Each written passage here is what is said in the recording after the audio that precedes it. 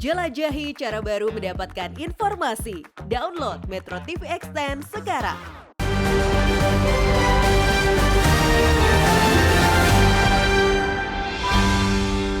Firly Bahuri, sudahlah.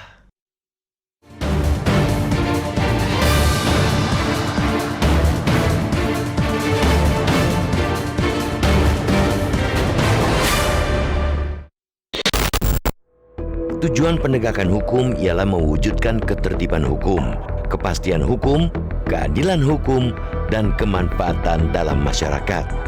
Demikian pula dengan pemberantasan korupsi. Sebagai bagian dari penegakan hukum harus memenuhi aspek-aspek tersebut. Operasi tangkap tangan yang dilakukan Komisi Pemberantasan Korupsi adalah salah satu strategi pemberantasan korupsi.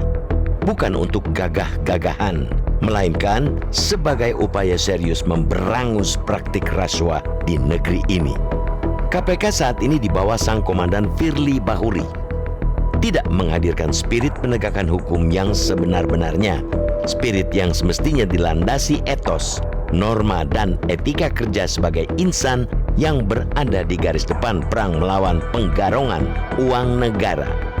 Sejak awal memimpin, pensiunan perwira tinggi Polri berbintang 3 itu sudah dirundung pelanggaran etik. Belum lagi serangkaian pelanggaran etik yang dilakukan komisioner KPK lainnya. Penyingkiran pegawai yang dianggap berseberangan dengan pimpinan KPK melalui tes wawasan kebangsaan abal-abal menjadi salah satu tonggak sejarah pengerdilan lembaga pemberantasan korupsi ini. Walhasil, kehebohan demi kehebohan pun terjadi pada lembaga tinggi negara bidang hukum yang sudah masuk rumpun eksekutif ini. Kehebohan terbaru ialah OTT dalam kasus dugaan korupsi di Badan Nasional Pencarian dan Pertolongan Basarnas. Semula publik berdecak kagum dengan OTT yang menjerat Kepala Basarnas Marsikal Madya Hendry Alfiandi itu. Hendry diduga menerima suap 88,3 miliar rupiah dari beberapa proyek di Basarnas sejak 2021 hingga 2023. KPK juga menetapkan anak buah Hendry, Koordinator Staf Administrasi Kabasarnas, Letnan Kolonel Arif Budi Cahyanto, sebagai tersangka. Di samping itu, KPK menersangkakan 3 orang dari pihak swasta yang mengikuti tender elektronik akal-akalan pengadaan alat pendeteksi korban reruntuhan di Basarnas.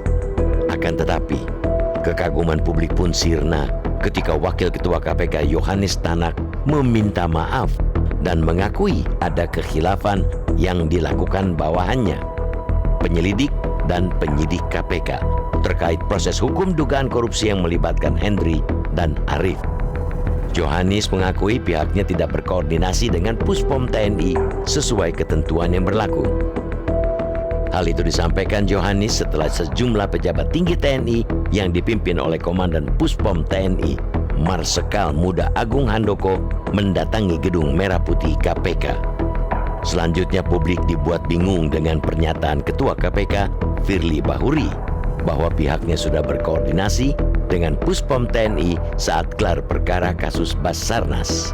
Bahkan, kata Firly, saat itu tak ada keberatan dari Puspom TNI perihal pemberian status tersangka kepada 2 perwira TNI aktif, yaitu Marsikal Madya Hendry Alfiandi dan Letnan Kolonel Arif Budi Cahyanto.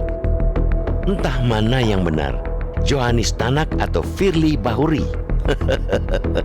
Namun saat konferensi pers setelah OTT, apabila terkait dengan lembaga lain, terutama penegak hukum, lazimnya mereka ikut dihadirkan. Seyogianya jika KPK sudah berkoordinasi, unsur TNI perlu dilibatkan. Hal itu perlu dilakukan untuk membuktikan bahwa KPK dan TNI sudah berkoordinasi. Selain itu, perlu ada konferensi pers bersama pasca OTT untuk menunjukkan bahwa tak ada kompromi bagi TNI terhadap praktik lancung yang dilakukan anggotanya meskipun perwira tinggi berbintang 3. Kondisi KPK ibarat sapu kotor yang tercerai-berai.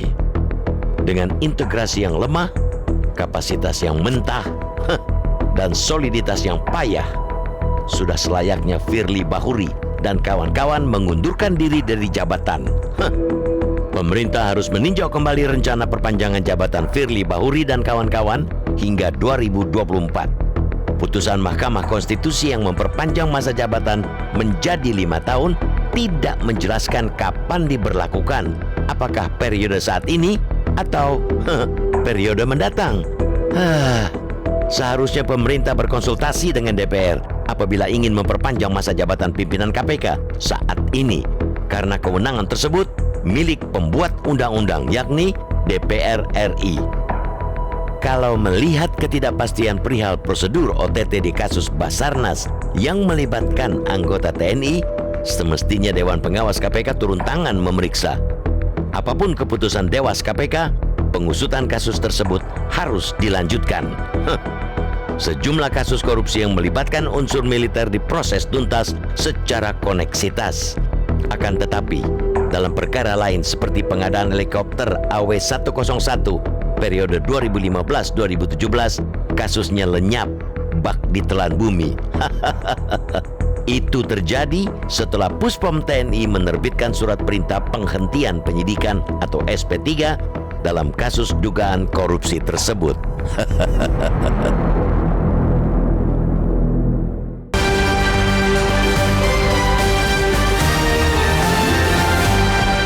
Cara mudah mendapatkan informasi dengan satu sentuhan jari. Download Metro TV Extend.